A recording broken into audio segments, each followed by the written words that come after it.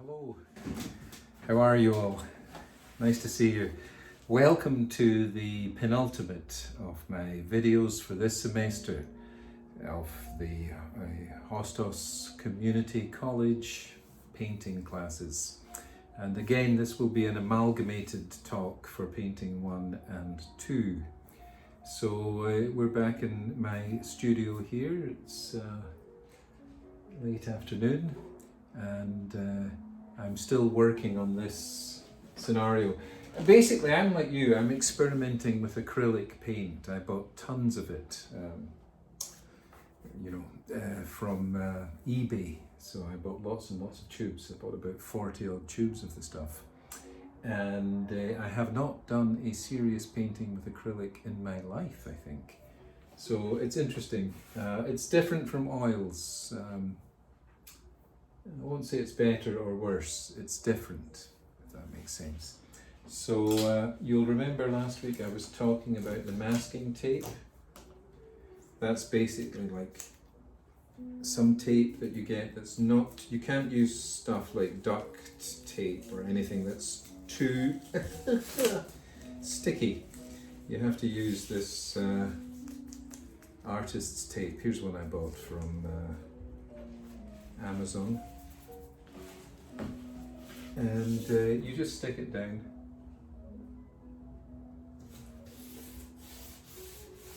Bob's your uncle. And paint along the line. And once it dries, remove it.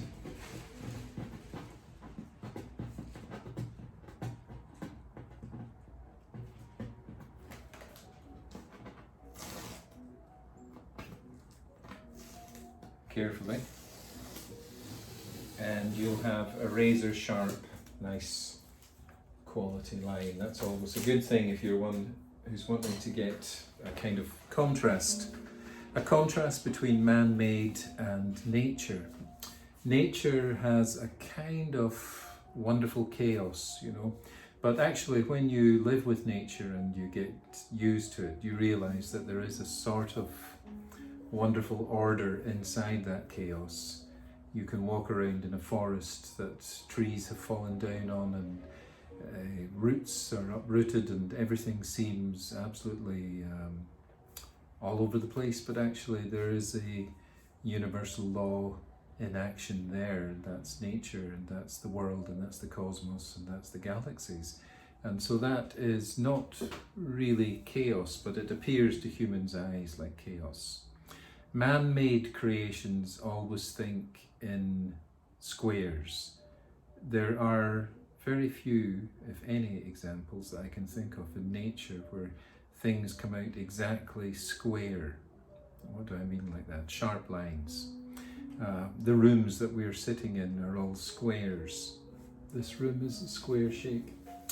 And buildings, square, and these things here in this painting, I'm trying to get the contrast between nature, which is a kind of rhythm of growth and things happening in a random but nevertheless perfect flow, and then these man-made objects here, which are going to be the part of this railway construction tunnel. And so I wanted to get the man-made very sharp and crisp in contrast to nature, which is organic. So the inorganic and the organic have to look different. Hence the masking tape. You don't really use masking tape for nature, but you need masking tape for man-made things. These metal fences and these signs, which I'm just going to remove. I wanted to get the really white, crisp quality of the railroad signs. So there it goes, you see. That would have been virtually impossible to do without this masking tape. I think just one student, she sent me her work today, used the masking tape as an idea, and it really came out very well. It's a beautiful Beautiful piece of work.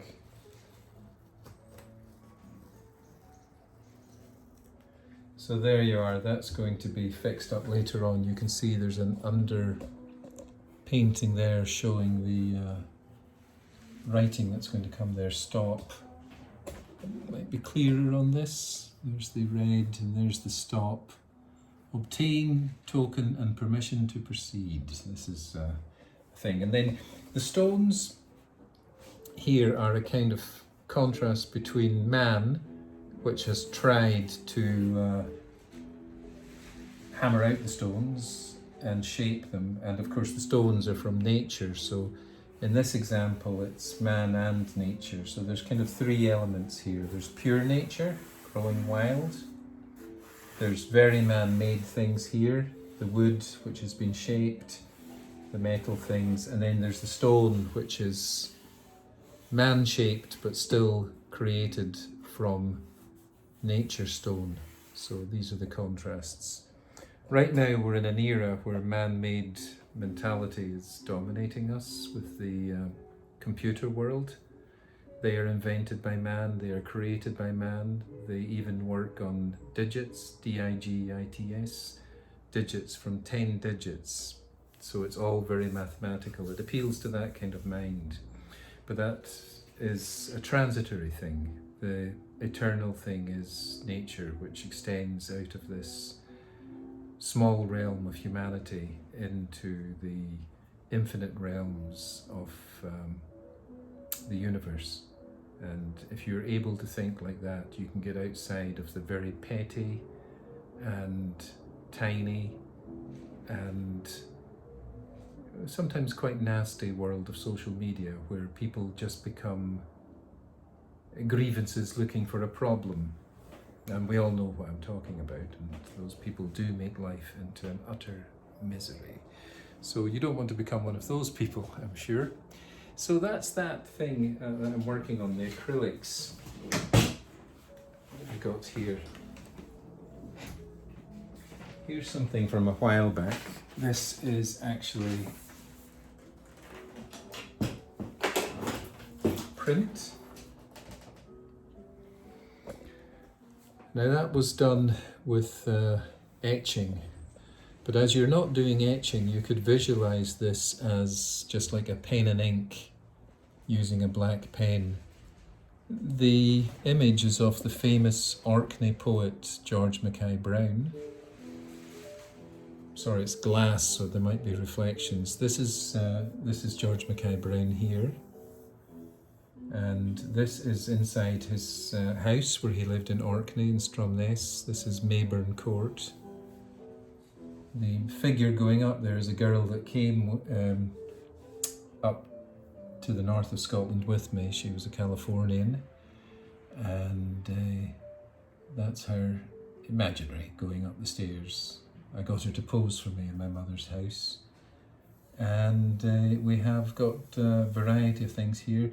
George always had visitors, you know, there were a group of people who seemed to look after him and bring him tea and whatever the ladies would make at home, homemade cakes and meals and everything. So he had quite a good life. So here's one of them coming in here with a cup of tea, and George is holding a book here. If you don't know George Mackay Brown, he was one of the greatest writers of the 20th century in Scotland. And I was lucky enough that he became a friend of mine, and I did many art pieces based on his wonderful face. And George is holding a book which on top of it has a kind of man bird, half skeleton and half human, kind of floating along. And there's lots of stuff in the background that can be seen. There's a little diver in this wall and everything. It's like a kind of Piranesi, the great Italian draftsman, with his images of prisons. And leading on from Piranesi's prisons, that's Piranisi. I hope I spelled that right. Here's a painting I did when I worked as an art therapy teacher. in a maximum security prison in Scotland. And the individuals here were allowed out to do work in a garden allotment, so you can see them here. Now, they're actually loosely based on the people that were there. I didn't do exact representations of them, mainly because I thought, well, maybe, you know, later on in their lives, they wouldn't want to be seen in an exhibition or on somebody's wall in this prison uniform and be known as former prisoners. So I kind of made them similar but totally different. So this guy was called Tiger. This guy was a very good professional con man who could con people out of anything. I've forgotten that guy's name, but this was Raymond. Raymond actually wasn't allowed out of the prison. He was somebody that was in the special wing for more dangerous prisoners. And Raymond came in one morning and he was extremely angry. He'd kind of managed to see a piece of documentation that said that he was a incurable psychotic and he was not going to get parole. And he went berserk about this, and he declared that he was going to use his weapon that he'd made, called a shank, and he was going to either kill somebody or severely injure them with it. And I asked him to take that energy. I'm going to paraphrase this whole thing because it took ages. I asked him to take that energy that you've got and use it. I gave him a huge piece of paper to do a painting, and he actually left the room with the piece of paper. You know, we didn't know what he was going to do, either kill somebody or use the paper. And that was the last we saw of him. For the classes used to be about 2 hours long. That was the last we saw of him. And the next week the class started and there was no one there. All the prisoners were sitting. And suddenly, halfway through the class, the door burst open, and this was Raymond. And I thought, well, you know, something's happened. He's not been put in solitary confinement for killing somebody. He's still on the loose. So maybe he's going to get us, you know. So everyone, even the prisoners, even the hardened convicts, were kind of terrified. So Raymond then looked around and we said, hi, you know, how are you doing and what have you been doing? And he said, like that. There were a few expletives, which I'm not going to repeat for the more tender of our viewers. And said, well, did you take that feeling, you know, that you had? You know, I said, where, you know, the week before I said, where was the feeling located? And he said, what the F am I talking about? And eventually we discovered that it was located in his stomach.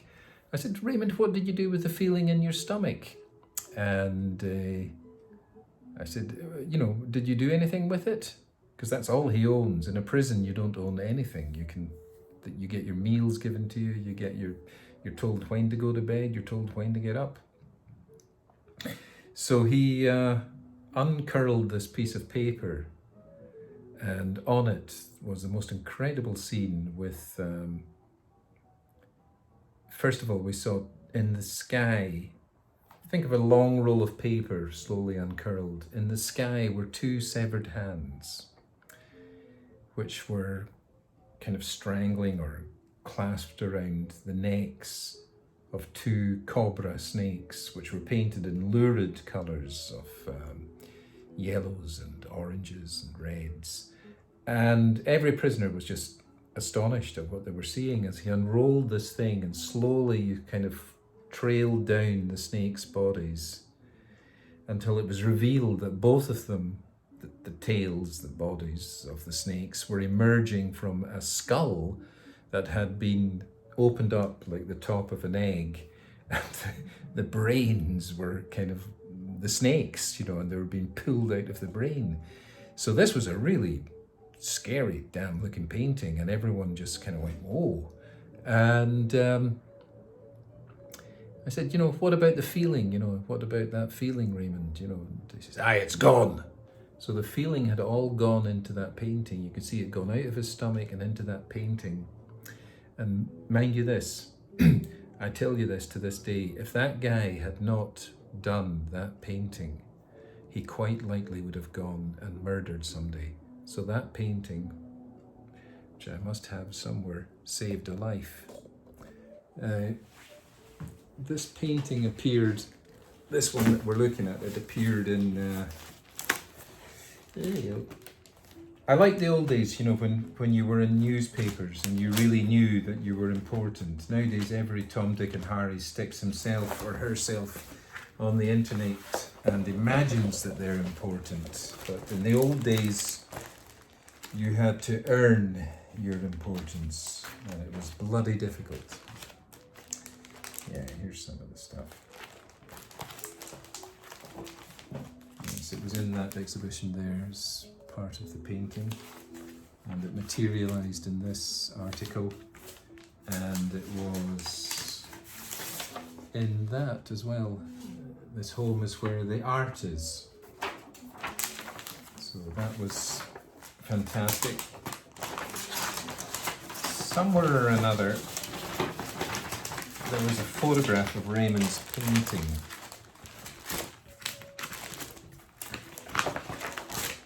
Sadly, not on this.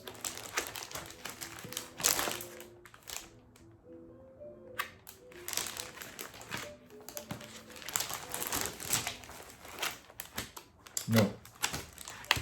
Anyway, from my description, I think you'll have got a pretty good picture of what was going on. So that was a watercolour, and they're all out there doing work. This person, they love tobacco, so I made a tobacco leaf female fairy kind of bursting out from all of them in a heart shape from the leaf, and there they are all waiting for it. It was on the front of a newspaper, Glasgow Herald, and I remember someone's at the prison saying I could get in trouble because I'd made a depiction of the fence here, so that, you know, I mean, it's ridiculous how people think. Somebody said, oh, it could be used as a blueprint for prisoners to plan an escape by looking at that fence. Well, no one escaped due to my painting, I'm glad to say. But that was an interesting time, 3.5 years. You know, you never know what you're going to do if you become an artist. I mean, I've worked at lots of jobs. I started off when I was about 19, I was a grave digger. And then when I was 20 until I was about 23, I worked teaching art before I went to learn art in a place for people with illnesses, you know, various brain damages, strokes, multiple sclerosis. Those were young people and people with old age illnesses. So that was quite an experience. And then I went to work in the prison, where I worked with people who were, obviously they'd gone into a darker side of life, and you know, that was interesting to learn from that, you know. So you learn from everything you do in life, and that's the beauty of it. And I hope that over these last 15 odd weeks that you've learned something from my talks, and something from the fact that you can text me or email me at any time. Some students actually phone me. Mark, good, always lovely to hear you. So, you know, I do enjoy hearing from all of you, and you know, I do my best to respond instantly. I've even seen myself texting some of you when you contact me late at night when I'm just about to kind of fall asleep. So it's a kind of ongoing scenario. So, you know, we're coming up to the finals. This will be the penultimate talk. I'll do another one next week. And then around the 15th, that time of December, please have all your works together, 2 paintings. The one that's going to have the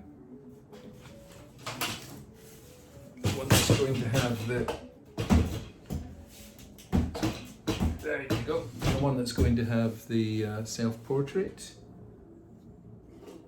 which you did ages ago. Remember, I did this demonstration for you in about 15 minutes.